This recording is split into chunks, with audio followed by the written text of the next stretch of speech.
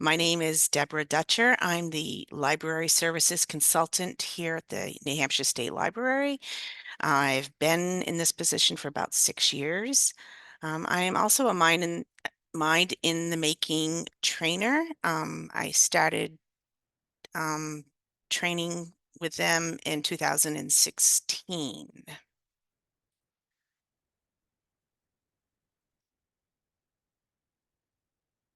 So, how do we keep the fires burning in children's eyes? This was the question that began Ellen Galinsky's inquiry, and in 2010, it became her pioneering book that you see pictured here, Mind in the Making, the 7 Essential Life Skills Every Child Needs. Her book has become a staple for teachers, parents, pediatricians, and anyone with a personal interest in early childhood. As Doctors Spock and T. Barry Brazelton were to previous generations, and I say still are, Galinsky's Mind in the Making is a seminal resource for those wanting to see children do well in the world now.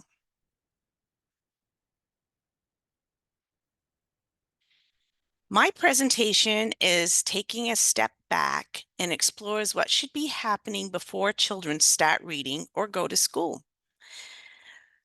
So, why should we care about cognitive development in children? Because we want them to have healthy brain development, form strong foundations for learning, understand and engage in our world, and be successful with future school achievements and in their social relationships.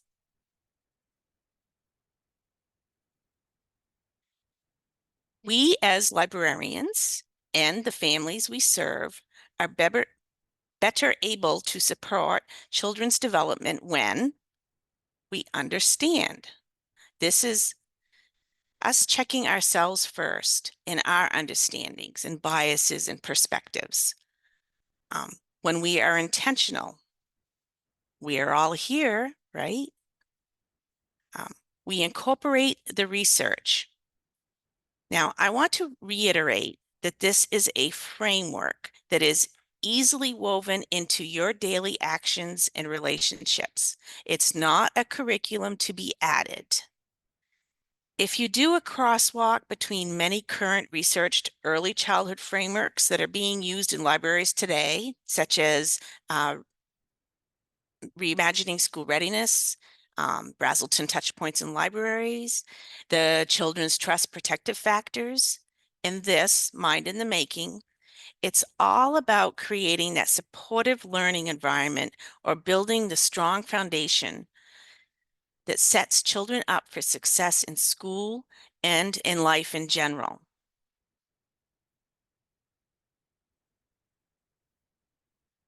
All of the life skills are built upon another, and all are based on executive functions.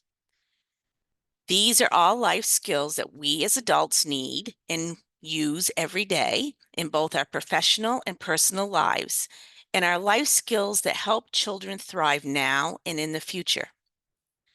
When we as adults first learn strategies for coping positively with adversity, we are role models for children.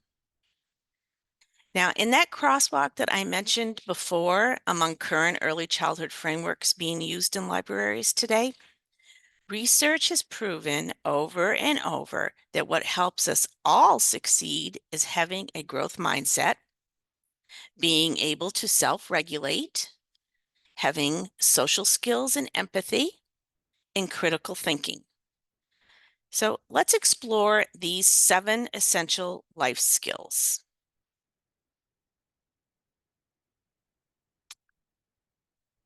Focused and self-control. Focus and self-control are really important for doing well in school. When children can pay attention to their work and resist distractions, they learn better, they finish assignments, and they do well on tests. Learning to manage impulses and stay focused also helps them to handle tough situations and get along with others. When they use self-control, they think about what might happen because of their actions, and they make choices that match their long-term goals and values. Perspective taking. Children that understand how other people see things communicate better, solve problems, and work together with friends and grown-ups. Understanding different points of view helps them notice and question stereotypes and unfair ideas. It also makes them more open-minded and accepting. In a world with lots of different cultures, understanding others is important. Children who can imagine what it's like to be in someone else's shoes are good at listening, expressing themselves clearly, and adjusting how they talk to fit different situations and people. Later on, when they're leaders, understanding their team members' perspectives helps them build trust, make decisions everyone agrees on, and creates a strong sense of teamwork.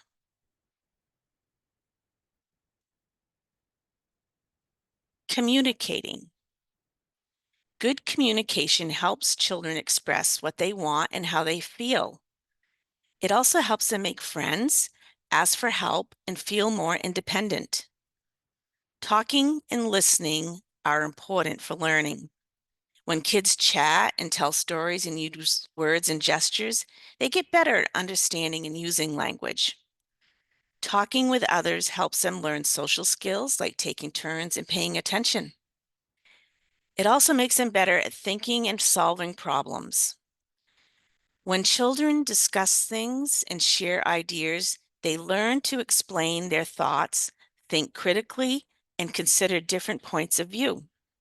Having strong communication skills will be important in their future working years as well. So practicing good communication when they're young sets them up for success later on. Making connections. Learning is all about connecting with others. When children make friends and get along with family and grown-ups, they feel like they belong and they're safe. By playing and doing things together, they learn how to work as a team and help each other out. Talking and playing and sharing experiences helps them express themselves, listen well, and understand what others are saying without words.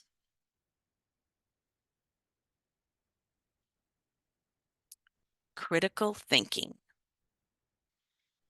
Critical thinking means children can figure things out.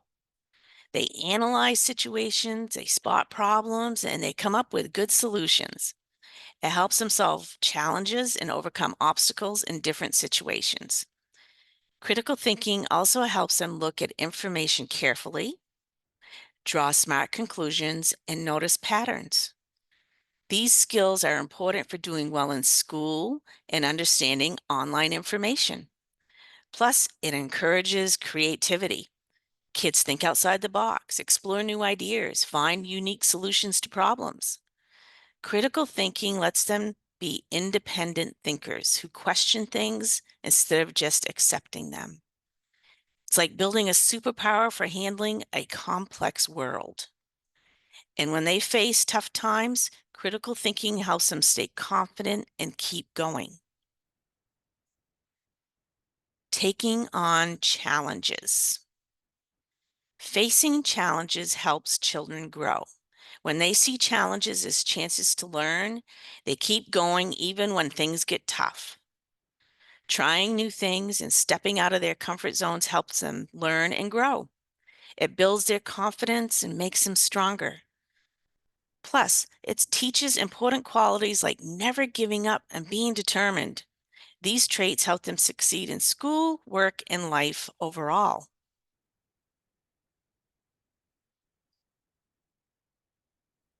Self-directed, engaged learning. Kids learn best when they're curious and interested in what they are doing. When they explore things on their own, it's like a fun adventure. They enjoy learning and they keep wanting to learn more. We are planting a love for learning that stays with them as they grow up. So now let's explore how cognitive skills and physical skills are tied together. Here's a little exercise I'd like you to try. You can do it sitting or standing. First of all, I'd like you to take your right leg and swing it clockwise, around and around. Keep swinging it clockwise, around and around. Okay, while your leg is still going clockwise, take your right hand and draw the number 6 in the air. What happened? I know for me, my leg stopped going clockwise. Um, so some ways that cognitive skills connect with physical skills is planning and doing. Before doing something physical, our brain plans out how to move and it figures out the steps to reach the goal. Knowing where we are or spatial awareness.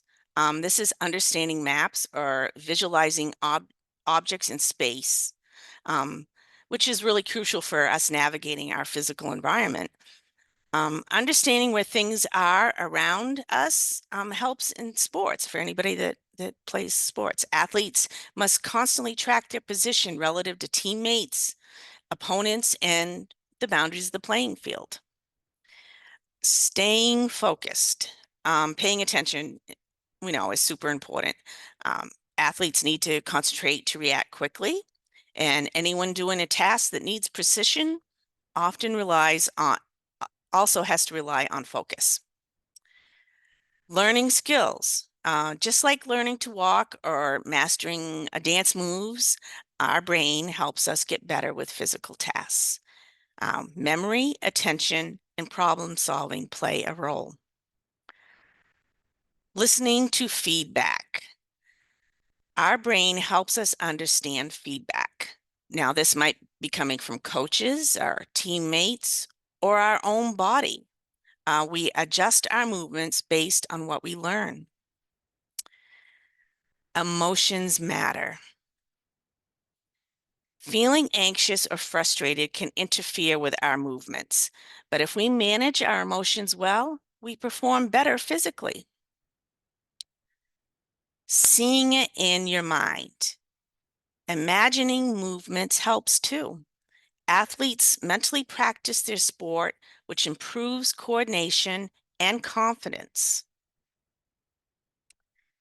So this is kind of a chicken or egg, which is first, the chicken or the egg situation, because physical activity also affects our cognitive skill. Exercise is like giving your brain a boost.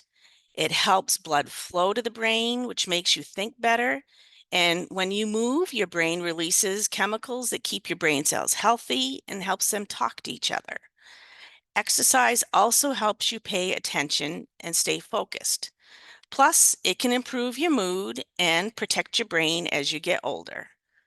I know I hate going to the gym, but I always feel better when I'm done my workout.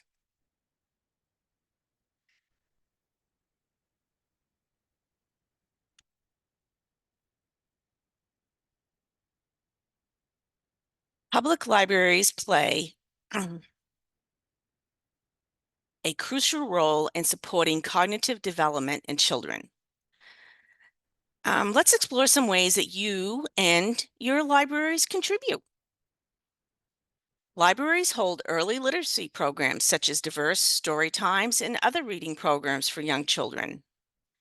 These activities expose children to language, vocabulary, and storytelling, which are essential for cognitive growth. Libraries offer access to books. By providing free access to books, children are able to explore various genres and topics. Regular exposure to reading material enhances language skills, imagination, and cognitive abilities. Libraries organize art activities that encourage creativity. Drawing, painting, and other artistic endeavors stimulate brain development and foster self-expression. Family areas and libraries often have spaces for role-playing, building, and discovery. These activities engage children's minds, promote problem solving, and enhance cognitive function. Libraries teach digital literacy skills. This helps children navigate technology and accessing information online. And we know that these skills are essential in today's digital age. Libraries provide a safe and welcoming environment where children can explore, learn, and interact with each other. Feeling secure encourages cognitive exploration. Libraries empower parents and caregivers by offering resources, guidance, and parenting programs. Educated parents positively impact their children's cognitive development. And finally, when libraries collaborate with schools and the community, a holistic learning ecosystem is created.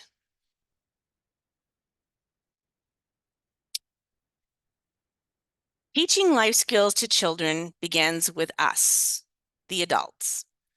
It is a lot more effective for us to promote life skills in children when we have first-hand experience with how life skills affect us. Both Mind in the Making and Vroom, which I will be talking a little bit more about, which is an early learning initiative that empowers parents, grandparents, families, and childcare providers to turn everyday moments into brain-building moments with their children birth to 5, hold the premise that everyone has what it takes. I'll say that again. Everyone has what it takes. Rather than only focus on risks or weaknesses, an asset approach is taken in building people's strengths to cope and to take on challenges. Now, this process does feel very personal, so it is important to stay focused on the people and the connections with people to effectively share the science. Connecting with and having positive relationships with families is what libraries and librarians such as yourself do every day. Libraries offer that free, safe, and comfortable environment for families and can offer resource lists, a parenting section, and regular learning programs for families. Now, if I'm going to mess up this presentation anywhere, it's going to be this slide. So I'm going to try to play these videos. If they don't work, they are embedded in my slides, which will be provided, so you can have a look at them there. All right, here we go. Let's try it.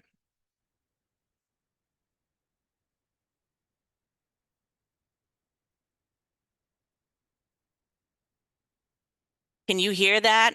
Somebody tell me. No, Deb. Did you try to share your sound, your screen sound, Deb? Let's So try.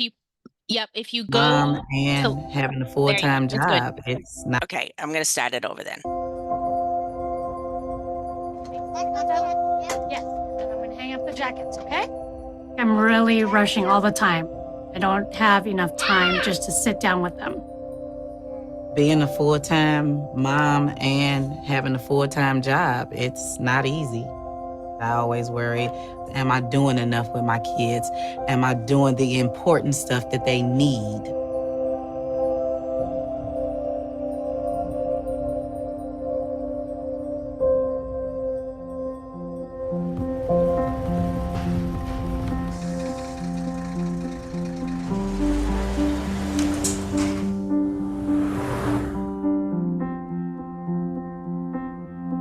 Can't imagine what is in here.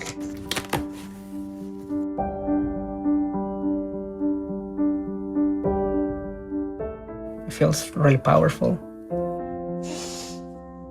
You guys.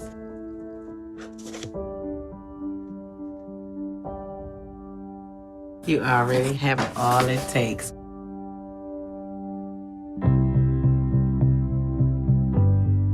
Maybe I just didn't look at it that way because I always want better. You put your feet in them? No. No? I know that I can do it. Which one is rough? This one. It's amazing the little things that we do. We don't even realize we're teaching our kids. You did it, Mom. Yay! Good job. You don't really think of brain development at that young of an age, you know, when you're 3 months old.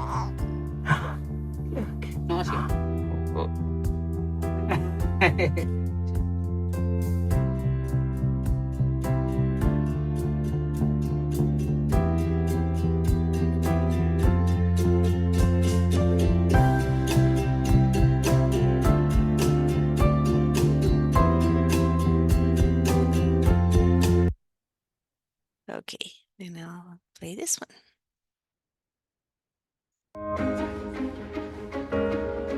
Children are born with enormous potential. Science shows the brain develops fastest during a child's earliest years.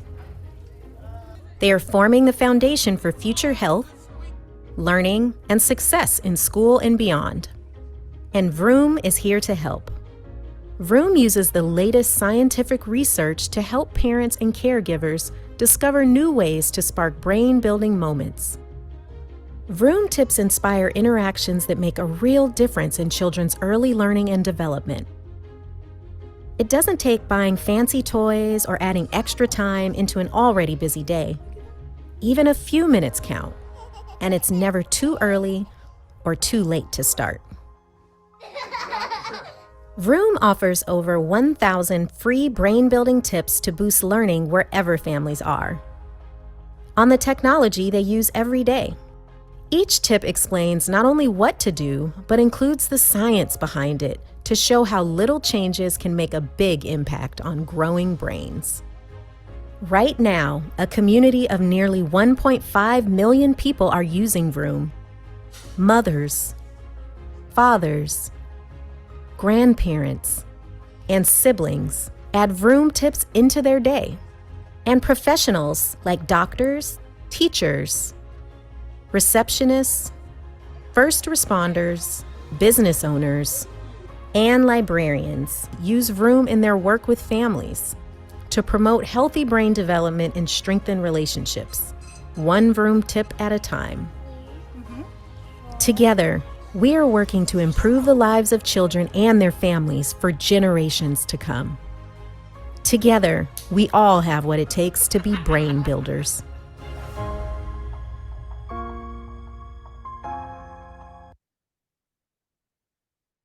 Okay, so that gives you a better idea of what Vroom is. It is a wonderful app that parents can sign up on their phone and receive tips. It will ask you the ages of your children, so you will have tips sent to you targeting whatever ages your children are.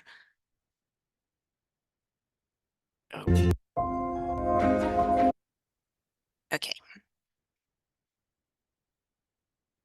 So some suggested uses for all these tips that you can print out or have printed from the Vroom website. You can use them in family welcome packets or in your newsletters, in the library in your parenting section.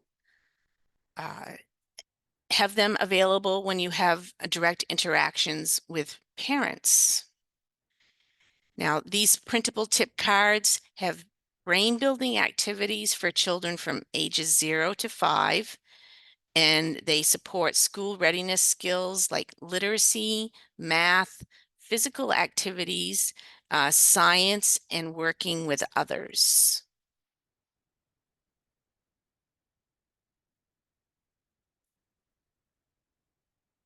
And like many of the other materials, these promotional materials, the info cards, new baby cards, rat cards, and posters come in many languages, up to, I believe, 17 languages.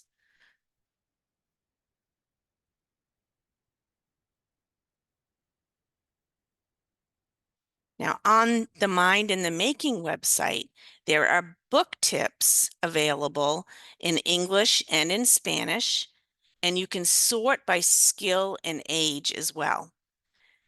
topics include picky eating, bedtime fears, meltdowns, constant crying, sibling rivalry. What's a parent to do?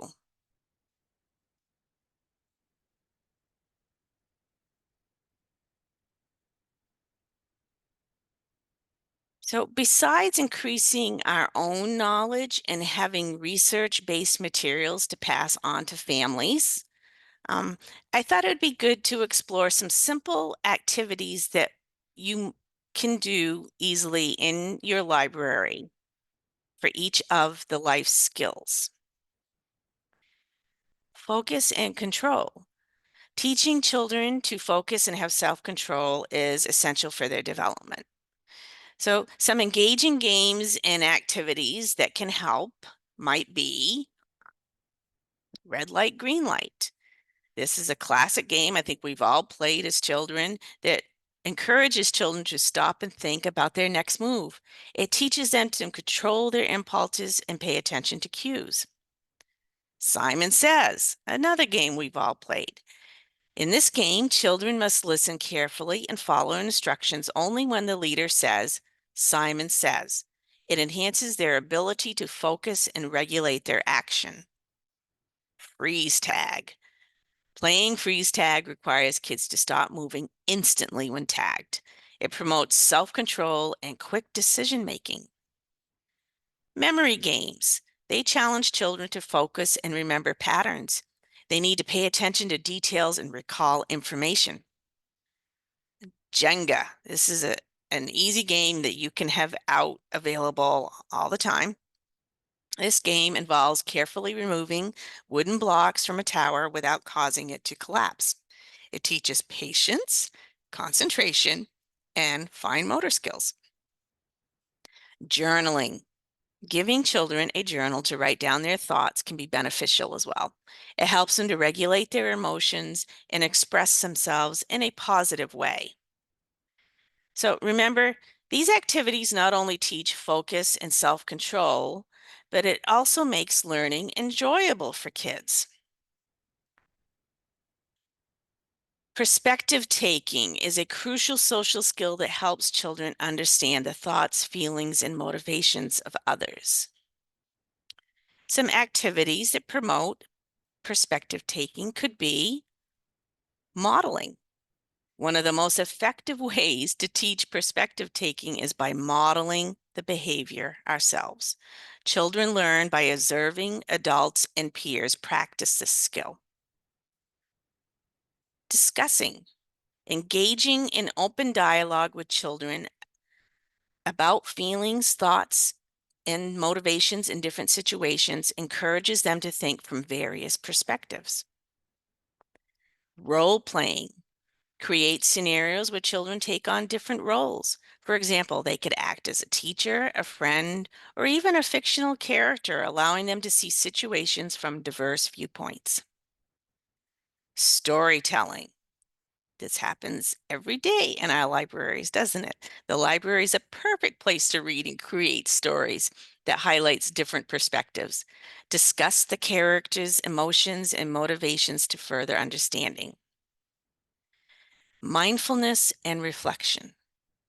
Allow children to pause and reflect on their own feelings and experiences. And the natural environment. Explore the world around us. Discuss how different people might perceive the same event or object. For example, when we observe a sunset from various angles, it really illustrates visual perspective taking. So when we incorporate these kind of activities, we not only teach perspective taking, but we also promote empathy, communication, and emotional intelligence.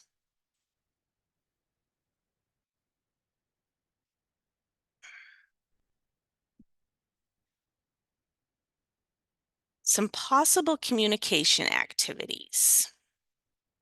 Host a themed workshop or event, such as Communication Day. Organize a day where children participate in communication-focused games. like Two Truths and a Lie or the Whisper Challenge. Things we're already doing, Storytelling Hour, where we could also invite the kids to share picture-based stories or engage in collaborative storytelling. Mindful Moments. Introduce mindfulness and reflection activities to help children develop self-awareness and communication skills. 3-word book talks. Challenge kids to describe a book using only 3 words. This activity encourages concise communication, and it could also be shared on social media. Interactive storytime sessions. During storytime, incorporate elements that encourage communication. Ask open-ended questions related to the story, encouraging children to express their thoughts and feelings. Use picture books to stimulate discussions about different perspectives, emotions, and empathy. So, by now, at this point in the presentation, I'm sure it's becoming very clear that this is not a curriculum to be used, but a framework. And most likely, these are things you're already doing in your library. Okay, so I'm going to go back to some activity suggestions for you. Still on communicating. Have a communications corner. This is where you could display books related to effective communication, active listening, and understanding diverse viewpoints. A book review wall. Set up a designated area where kids can write and post book reviews. Provide colorful paper and markers. Allow them to express their opinions and recommend books to others. A creative writing corner. Create a cozy corner with writing prompts, blank journals, and colorful pens. Encourage kids to write short stories, poems, and book reviews. Display their creations on a bulletin board. Provide materials for role-playing, such as costumes or props. Collaborative art projects. We all know that art can be a powerful medium for communication. Host collaborative art sessions where children work together on murals, posters, or other visual projects. Encourage them to discuss their ideas, negotiate roles, and express their creativity. Again, things we're probably already doing. Book clubs. Create age-appropriate book clubs where kids read and discuss books together.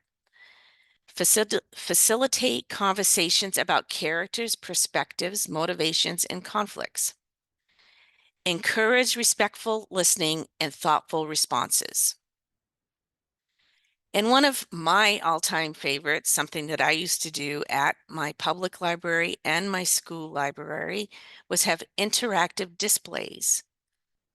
Designing interactive displays related to communication skills. For example, have a question of the week board where children can write down their answers or thoughts. You could display quotes about empathy, active listening, and effective communication. Host parent-child workshops. Involve the parents and the caregivers by hosting workshops on communication strategies, teaching techniques for active listening, positive reinforcement, and conflict resolution.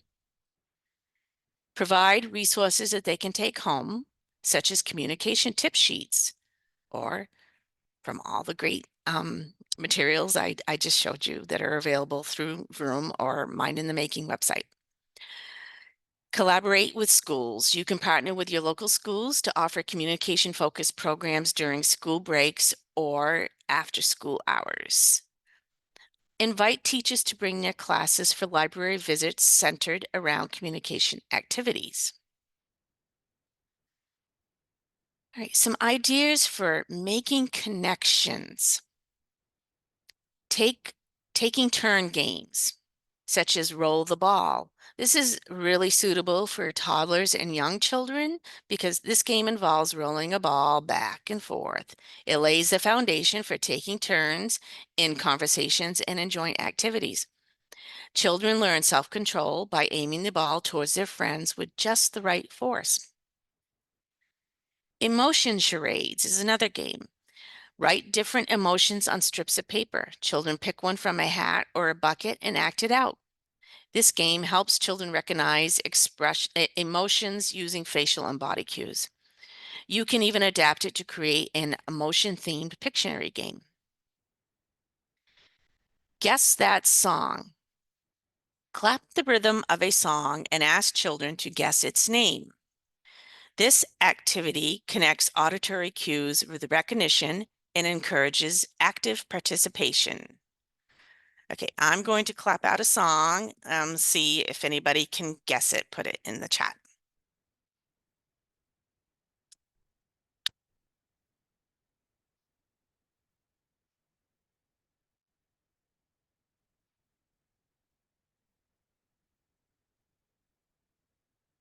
Any guesses?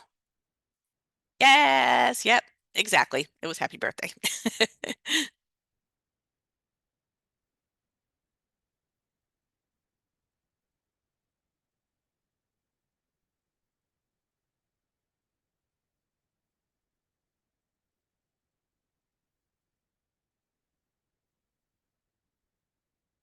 Okay, critical thinking. So as you can see, these skills really go hand in hand, especially critical thinking and taking on challenges. Some activities for these two skills are reading books together. Reading books with children helps develop their critical thinking skills and it encourages them to ask questions about the story, analyze characters' actions, and make predictions about the outcome. Yay, story time, things we do all the time, right? Board games.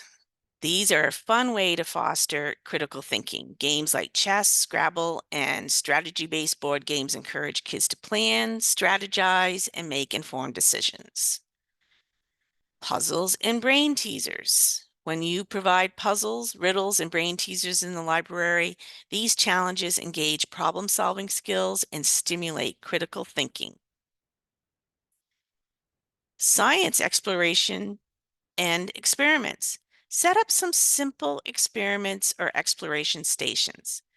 Children can observe, hypothesize, and draw conclusions based on their observations. Create challenges. Organize creative challenges like building structures with specific materials, such as marshmallows and toothpicks. Children must think critically to design stable structures. Escape room challenges. Design mini escape room scenarios within the library. Kids can work together to solve the puzzles and decode clues and unlock hidden information. Coding and logic games. Introduce coding games or logic puzzles. These activities enhance problem-solving skills and logical thinking. Something I always liked doing is having a library scavenger hunt. Before students can fully utilize the library, they need to navigate its shelves. Organize a library scavenger hunt where kids explore different sections, locate specific genres, or find books based on clues. It is really a fun way to familiarize them with the library layout, and it's something I always did one of the first days in my school library. Book tic-tac-toe. Create a tic-tac-toe board with book titles or genres. Kids choose a book to read from the board and mark their spot. The goal is to complete a row, a column, or diagonal with their chosen books. Have an author spotlight. Highlight a specific author each month. Display their books and encourage kids to explore their works. And then you can create author-themed bookmarks or trivia quizzes related to their books. Now, the only thing is I want you to remember that when thinking about critical thinking or taking on challenge activities is that they really should be age appropriate and engaging.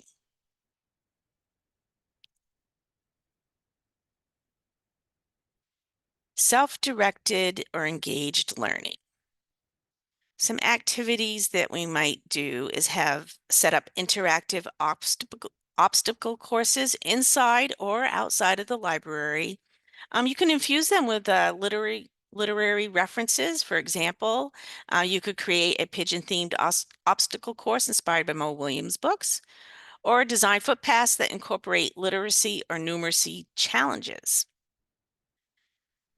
Again, the displays, interactive displays engage children's curiosity. Have a book character guessing game, or create an I Spy bulletin board. Make and take crafts table. Okay, this doesn't have to be all the time. You could provide crafts just during school breaks. Set out supplies and instructions for a craft that appeals to a wide range of age groups. Self-directed study area. Create that cozy corner where children can read independently or work on projects. Include a variety of books and resources for self-directed learning. Now, I have added a link to Jayberry. I'm sure you all know Jayberry is they're great for all things, all ideas. So they have some great tips here for self-directed programs. One of them is like using adhesive paper with water-resistant removable vinyl for durability in your program creations.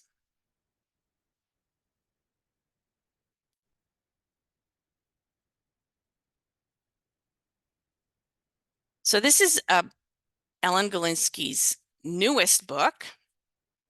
And I really would like to tell you more about it, but I just received it. It's sitting, as you can see right here on my desk, but I have been waiting for this quite some time, and I think a lot of people have, because this is about a scientific framework for teenagers. Okay, what we've been talking about is more for your 0 to 5 elementary age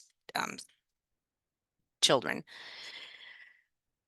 However, she does identify these as the essential life and learning skills for teens, and that's setting and achieving goals, understanding the perspective of others, communicating and collaborating,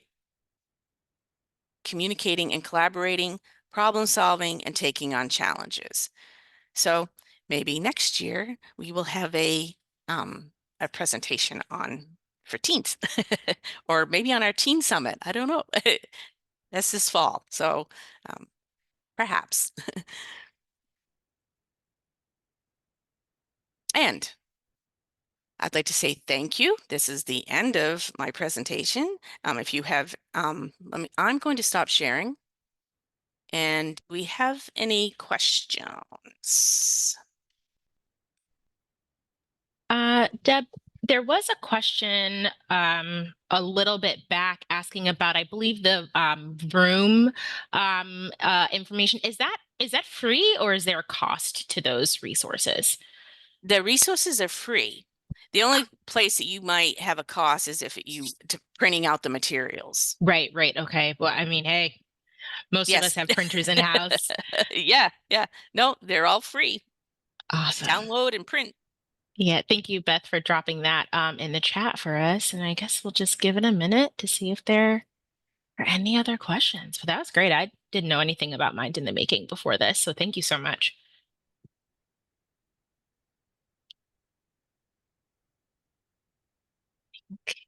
I think that might be good. So thank you, everybody, for coming, and to all the consultants here. And Kara wasn't able to join us from Maine today. Jonathan from Vermont, for folks who were here earlier, saw him, and we're the rest of New England. But thank you all for joining us on sort of our first Becoming Readers session. It's not really a summit. I don't know what to call it. But Event. you know, yes, like set or of set of events. We hope you all found them helpful. We will be sending out an evaluation information. And because this is the first time that we're doing this, I don't know about the rest of you all here, but I'd love to hear what people thought. Yes, If there are other subjects centered around reading for any age that folks want more information on, let us know so that we can hunt for that. But this was a test run for us because we know that there's a big literary need right now. So please share with us ways that we can help you all. And I hope this helped your Friday move a little faster. I said Fraturday. I'm really ready for tomorrow. It's like it's just combined. Yes. Just like please. But yeah, I hope this was a good experience for everybody, and thank you all for coming.